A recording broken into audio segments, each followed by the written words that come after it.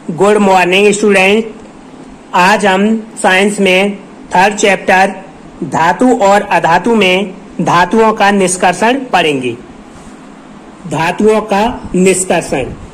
धातु यौगिकों से शुद्ध धातु की प्राप्ति धातु का निष्कर्षण कहलाता है।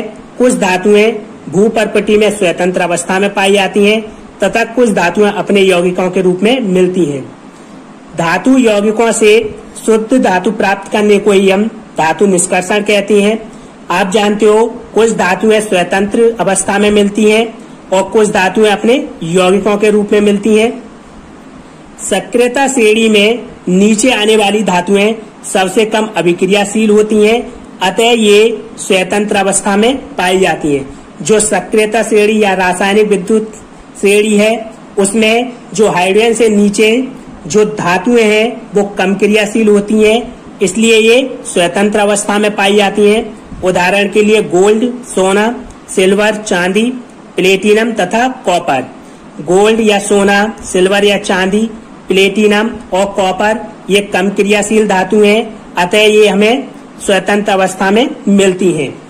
कॉपर एवं सिल्वर अपने सल्फाइड या ऑक्साइड के अयस्क के रूप में संयुक्त अवस्था में भी पाए जाते हैं। जो कॉपर और सिल्वर हैं वो अपने सल्फाइड और ऑक्साइड अयस्क के रूप में अपने यौगिक के रूप में मिलते हैं। सक्रियता श्रेणी में सबसे ऊपर की धातुएं जैसे पोटेशियम, सोडियम, कैल्शियम, मैग्नीशियम तथा एल्यूमिनियम अत्यधिक क्रियाशील होने के कारण स्वतंत्र अवस्था में नहीं पाई जाती हैं। जो सक्रियता श्रेणी है उनमें जो ऊपर धातुएं हैं जैसे potassium, sodium, calcium, magnesium, aluminium ये बहुत ज्यादा क्रियाशील धातु हैं, इसलिए ये अन्य तत्वों से क्रिया करके अपने यौगिक बना लेती हैं, इसलिए ये स्वतंत्र अवस्था में नहीं पाई जाती हैं।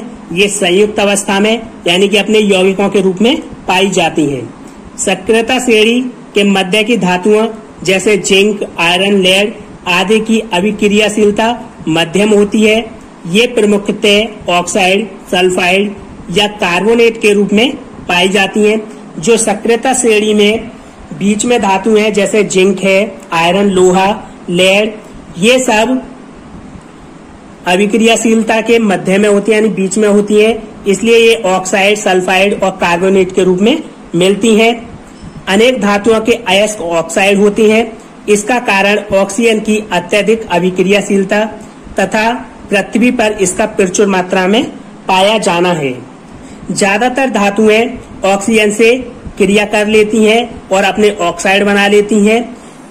ऑक्सीजन क्रियाशील होता है और ये पृथ्वी पर अधिक मात्रा में पाई जाती है, इसलिए ये धातुओं से क्रिया करके अपने ऑक्साइड बना लेती है। तत्वों को उनके अयस्कों से निष्कर्षण की प्रक्रिया धातु कर्म कहलाती है। तत्वों को उनके अयस्कों से निष्कर्षण यानी कि उनसे धातु प्राप्त करने की प्रक्रिया को धातु कर्म कहते हैं। आप जानते हो अयस्क वे खनिज होते हैं जिनमें से कम खर्चे पर, कम लागत पर और अधिक से अधिक धातु प्राप्त हो सके उन्हें हम अयस्क कहते हैं। तो तत्वों को उनके अयस्कों से धातु प्राप्त करने की प्रक्रिया को हम धातु कर्म कहते हैं। इस प्रकार अभिक्रियाशीलता के आधार पर हम धातुओं को निम्न 3 वर्गों में विभाजित कर सकते हैं। नंबर फर्स्ट निम्न अभिक्रियाशील धातुएं, सेकंड मध्यम अभिक्रियाशील धातुएं, थर्ड उच्च अभिक्रियाशील धातुएं।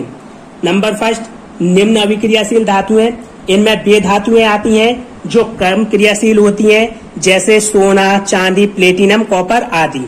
सेकंड मध्यम अभिक्रियाशील धातुएं, इसमें वे धातुएं आती हैं जो क्रियाशीलता में मध्यम यानी बीच में होती हैं जैसे जिंक, आयरन, लेड आदि।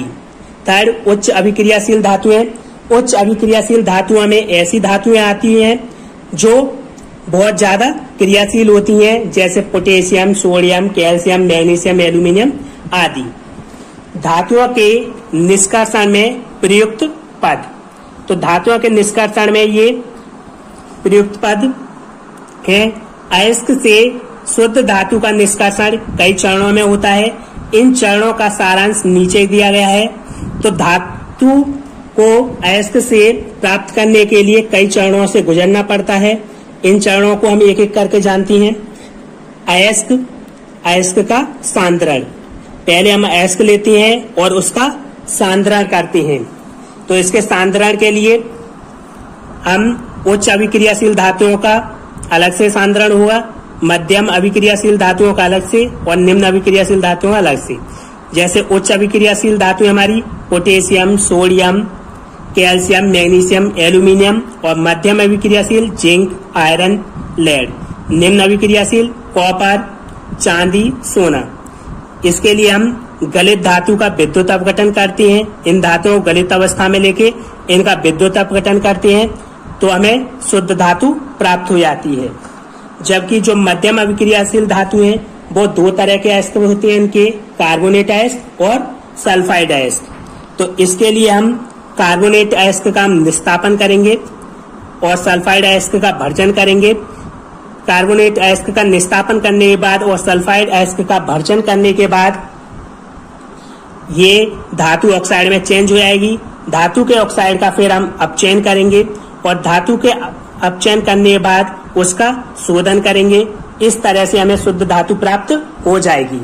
जबकि जो निम्न अभिक्रियाशील धातु है जैसे कॉपर, सोना, चांदी, इनका सल्फाइड अयस्क में पाया जाता है। तो सल्फाइड अयस्क से हम धातु प्राप्त करने के लिए उसका भर्जन करेंगे। भर्जन करने के बाद हमें धातु प्राप्त होगी। जो धातु प्राप्त होगी उसका परिष्करण करेंगे। इस तरह से हमें शुद्ध धातु प्राप्त हो जाएगी।